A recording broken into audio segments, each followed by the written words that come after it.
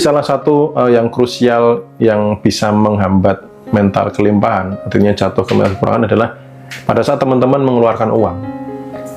Gitu. Titik krusialnya pada saat mengeluarkan uang. Apakah saat mengeluarkan uang tuh merasa, aduh uangku berkurang, aduh uangku tinggal sedikit, aduh dikit lagi bakalan habis. Nah itu mental kekurangan.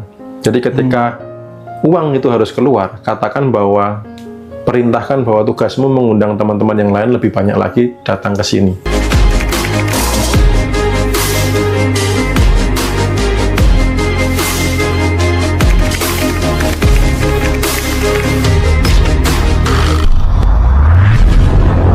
Nah, tuh teman-teman, penting ya landasan kekayaan itu ya. Oh, ini ada testimoni nih, Mas Bimo dari Hopiu 9. Om Bimo, saya berterima kasih berkat YT Om Bimo, saya bangkit. Semoga semakin sehat, kaya, bahagia. Ya, amin. Doa yang sama juga ya, makin sehat, kaya, dan bahagia. Ya, terima kasih ya, Mbak Hopi ya. Oke, saya mau beralih dulu nih ke pertanyaan penonton kita di YT.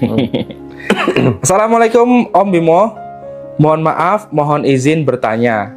Cara menginstal kesadaran kaya, keberlimpahan, memasang software. Memasang software itu gimana ya? Oke, software kaya ya maksudnya. Iya. Jadi untuk memasukkan sesuatu ke dalam bawah sadar itu bisa dengan 5 langkah. Satu adalah dari sumber informasi. Kalau mau memasukkan program kaya ya pastikan ada informasi kekayaan. Kaya itu yang gimana? Kalau nggak ada ya nggak bisa. Yang kedua adalah repetisi, sesuatu yang diulang-ulang. Yang ketiga adalah lingkungan. Lingkungan Anda membentuk Anda. Kalau lingkungannya di lingkungan yang mohon maaf mentalnya mental kekurangan, mental kemiskinan, ya susah untuk menanamkan program kaya. Yang kemudian yang keempat adalah public figure. Siapa public figure Anda, itu juga menentukan. Kalau Anda public figure-nya orang yang misalkan sangat sederhana sekali, menginginkan, pokoknya hidup tuh harus sederhana, nggak boleh kaya dan sebagainya, ya Anda pilih sistem yang masuk bawah sadar, sederhana ya, terus. Bukan ini ya, tapi sederhana terus gitu. Nah, yang terakhir adalah hipnosis. Hipnosis itu sebuah program sugesti yang dimasukkan ke bawah sadar. Mana yang teman-teman bisa lakukan gitu. Kalau saya bisa kasih solusi dengan parfum Happy High Vibes ini, karena di sini ada kalimat afirmasi juga untuk keberlimpahan. Nah, di sini teman-teman bisa mengulang-ulang, merepetisi di depan cermin sambil pakai parfum, ulang-ulang kalimat keberlimpahannya. Supaya apa? Masuk ke bawah sadar, supaya jadi software, jadi program di dalam diri. Gitu. Atau kalau misalkan mau ikut meditasi bersama juga boleh. Karena pada saat meditasi bersama, ketika teman-teman masuk gelombang bawah sadar, gelombang sugesti, saya menyisipkan kalimat-kalimat sugestif untuk kelimpahan. Itu. Kalau teman-teman mau hipnosis di tempat lain juga boleh, mau repetisi afirmasi yang lain juga boleh gitu. Silahkan bebas. Yang penting teman-teman 5 cara tadi bisa dilakukan salah satu atau semuanya jauh lebih efektif gitu. Oke, gitu-gitu. Siap. Oke, Mas Bimo, ada lagi nih pertanyaan dari Mas ini Mas apa Mbak ya? Oh, Mbak nih. Tini Salen. Tini Salene ya, nih. Mas Bimo, gimana biar konsisten memancarkan mental keberlimpahan? Oke, monggo silakan Mas Bimo. Ya, biar konsisten itu yang pastinya, kalau saya melatihnya apa yang dilihat itu disyukuri. Gitu loh, apa yang dilihat itu disyukuri. Lihat handphone, bersyukur punya handphone. Lihat anak-anak, bersyukur anak-anak sehat dikaruniai anak. Lihat istri, bersyukur punya istri. Lihat makanan, bersyukur ada makanan. Itu menjaga di mental kelimpahan. Itu kesadaran akan kelimpahan terjaga. Jadi sebenarnya simpel sih, hanya dengan bersyukur, stop mengeluh, mengapresiasi apa yang ada, itu sudah salah satu cara simpel untuk menjaga di kesadaran kelimpahan. Gitu ya. Terus supaya bisa membantu di kesadaran keberlimpahan, ada nggak tips-tipsnya Mas? Untuk memperlakukan uang gitu misalnya. Oh, oke.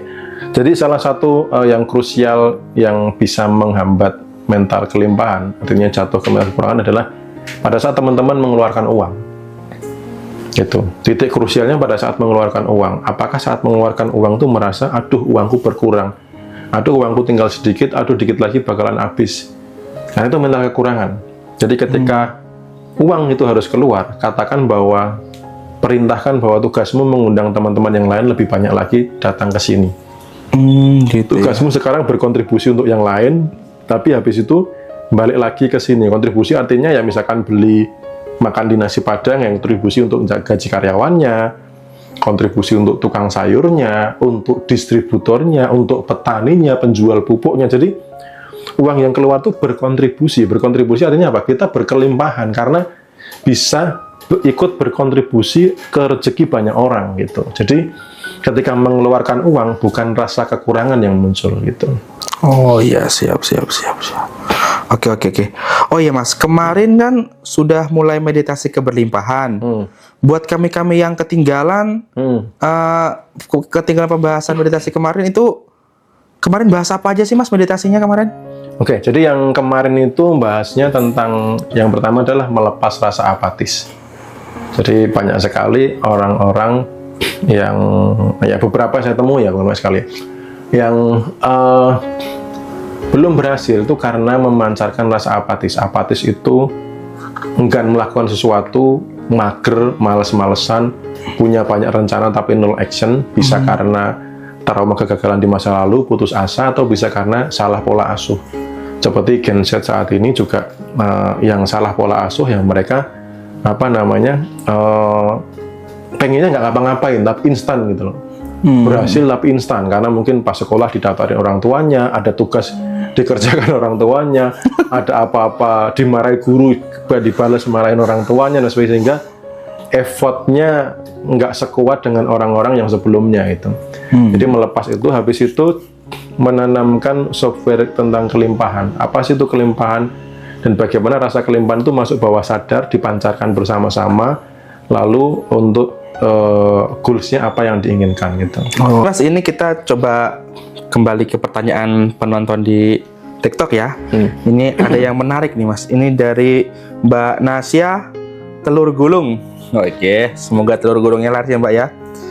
Cara memutus karma supaya tidak terulang itu seperti apa Mas? Apa ada ya Mas? Cara memutus karma itu yang paling gampang adalah tidak memancarkan vibrasi yang sama.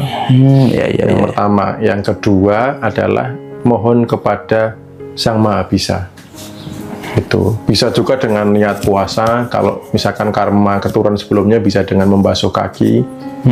Gitu. Jadi jangan sampai teman-teman tekniknya itu mengabaikannya gitu. Karena saya pernah ketemu dengan orang yang menghabiskan sekian ratus juta untuk memutus karma masa lalu. Sampai ratusan juta ya Mas? Iya. Jadi total itu dia belajar pengembangan diri sampai 680 juta. Masya Allah. Jadi waktu konsultasi private itu dia tulis semua dari rumah, persiapkan ikut kelas ini sekian, ganti nama sekian, ini sekian, mutus karma sekian gitu. Ganti nama? Iya. Ganti nama? Iya, sampai ganti nama. Lalu pada saat itu tanya, saya itu kan pernah berhasil, lalu jatuh. Pas jatuh saya dibilang sama mentor saya, ini karma 100 tahun yang lalu. Habis itu diputuslah sama orang itu. Oke, terus gimana? Nah, saya jatuh lagi. Ya sih berhasil sih kemarin, itu jatuh lagi. Terus saya ketemu beliau lagi, ini katanya karma 500 tahun yang lalu. Nanti selesainya gimana? Nanti jangan-jangan ada karma 1000 tahun yang lalu, 2000 tahun yang lalu gitu. Saya tanya sederhana gini, lalu fungsinya Tuhan di mana? Nah, itu dia. Bukankah Dia Maha Bisa segalanya? Makanya aneh ya, bisa masuk 100 tahun, 500 tahun, karmanya baru sekarang. Ya, entah itu terjadi atau enggak, saya enggak begitu menguasai keilmuannya ya, tetapi saya percaya ada Sang Maha Bisa segalanya gitu. Iya, ada Tuhan ya kan? Iya gitu. Akhirnya ya sudah, private ambil 3 jam, terus saya ajak juga untuk memancarkan kelimpahan, karena dulunya makan gorengan itu di hotel bintang 5. Makan gorengan saja di hotel bintang 5 guys. Itu dia bilang ke saya pas mau konsultasi itu, ngelola uang 20.000 aja berat sekali. Lalu oke, nanti konsultasinya di mana kamu kemarin di hotel bintang 5? Di sini. Kita makan gorengan di sana. Jadi saya ajak ke sana untuk apa? Menyerap kembali, memancarkan kembali kelimpahan yang pernah dia alami saat itu. Yang tadi Om Bimo bilang ya? Iya, mengulang pola suksesnya. Dan sekarang udah kehidupannya udah luar biasa. Gitu. Nah, buat teman-teman yang pernah sukses dulu, saat ini lagi jatuh, oke, dicoba ya. Ingat, dicoba. Praktekan Ya. Ya yang pernah dilakuin ya, nggak meski harus makan gorengan di hotel ya Mas ya. Misalnya dulu tuh kalau pas lagi kaya tuh sering bagi-bagi beras ke fakir miskin, ke nenek-nenek jompo gitu, lakuin lagi. Seperti itu bisa Mas ya? Ya, sambil memancarkan rasa pada saat itu. Sambil memancarkan rasa pada saat itu. Catat tuh guys ya. Jangan lupa, supaya apa? Supaya kamu berhasil guys. Oke? Paham ya? Kalau paham, tulis paham di komen guys. Sambil kita lanjut ya. Oh iya nih Mas, saya tuh pernah baca ya, kalau nggak salah dari Nikola Tesla tuh, bapaknya Elon Musk ya. Itu pernah bilang tuh, jika ingin menguasai rahasia semesta, pelajarilah energi, frekuensi, dan vibrasi. Kira-kira seperti itu tuh. Minta tolong dong Mas Bimo jelaskan apa itu energi, frekuensi, sama vibrasi. Monggo Mas. Ya, ini tepat sekali karena dulu ketika saya tahu itu juga saya langsung belajar 3 hal itu. Jadi energi itu adalah partikel terkecil di sebuah benda. Jadi ada molekul, terkecil lagi ada atom, inti atom itu adalah energi itu. Jadi everything is energy. Kita kalau dipecah partikel terkecilnya energi, kalung saya ini juga sama, parfum juga sama, terus kemudian uang itu juga sama, kalau dipecah partikel terkecilnya adalah energi. Nah, energi itu sifatnya adalah dia selalu bergetar. Ada hukum energi tidak bisa diciptakan, tidak bisa dimusnahkan, dia hanya berubah bentuk. Nah, energi ini selalu bergetar. Getarannya ini namanya vibrasi. Gitu. Jadi vibrasi adalah getaran dari energi. Nah, frekuensi itu adalah ukuran dari getarannya. Jadi getarannya itu berapa, kalau tinggi berapa meter, nah itu adalah frekuensi, itu ukurannya dari getaran itu. Gitu ya. Siap. Jadi kalau memang ingin mengetahui rahasia semesta, pelajari 3 hal itu. Iya. Pelajari 3 hal tadi, teman-teman kalau mau catat ya, ini dari Nikola Tesla. Itu 3 hal itu adalah energi, frekuensi, dan vibrasi. Dicatat ya teman-teman ya. Biar apa? Biar nggak lupa. Oke, jangan nyatat utang aja, pintar itu juga catat teman-teman.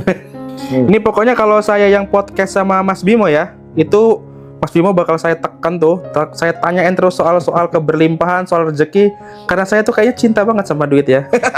Iya Mas, karena saya punya ilmu saya soal untuk dakwah itu nggak banyak, untuk apa nggak. Tapi kalau saya masih berkeinginan pengen beli pintu surga lewat uang, yaitu dengan cara sedekah. Teman-teman ada nggak yang punya pemikiran sama kayak saya tuh, pengen beli pintu surga dengan cara sedekah, makanya butuh banyak uang, butuh banyak ilmu tentang keberlimpahan. Keren. Keren kata Mas Bimo. Aduh. Iya, karena ada juga yang beralasan kan, ngapain kaya, uang kan nggak dibawa mati gitu. Ada yang begitu juga, padahal sebenarnya uang itu bisa dibawa mati. Ketika uang dipakai untuk amal ibadah, itu bisa dibawa mati. Atau gini, oke, kalau misal uang nggak dibawa mati, utang dibawa mati nggak? Utang dibawa mati kan? Dibawa mati, utang ditagih. Mau kaya raya nggak punya utang, memang nggak bawa apa-apa, tapi nggak bawa utang saat mati gitu. Atau miskin tapi matinya bawa utang. Padahal itu kalau dalam Islam ya, itu teman-teman ya, kalau dalam Islam itu utang itu adalah hal yang bakal ditagih terus sampai mati. Ketika kita punya utang belum dilunasin, itu nanti amal pahala kita itu bakal buat bayar utang tuh di akhirat tuh. Itu Ustadz siapa? Adi Hidayat tuh, Ustadz Hidayat yang ngajarin tuh. Iya, jadi mau miskin atau kaya kan gitu. Iya. Ya karena biasanya kalau orang yang males, yang selalu alasan nggak mau kaya itu biasanya orang-orang males ya Mas ya. Kalau orang yang rajin pasti pengen hidupnya lebih berubah gitu ya. Jadi teman-teman kalau ingat ya, kalau Bro Ren, saya yang podcast Om Bimo langsung join. Terutama buat yang suka sama kekayaan. Saya gencar terus tentang kekayaan.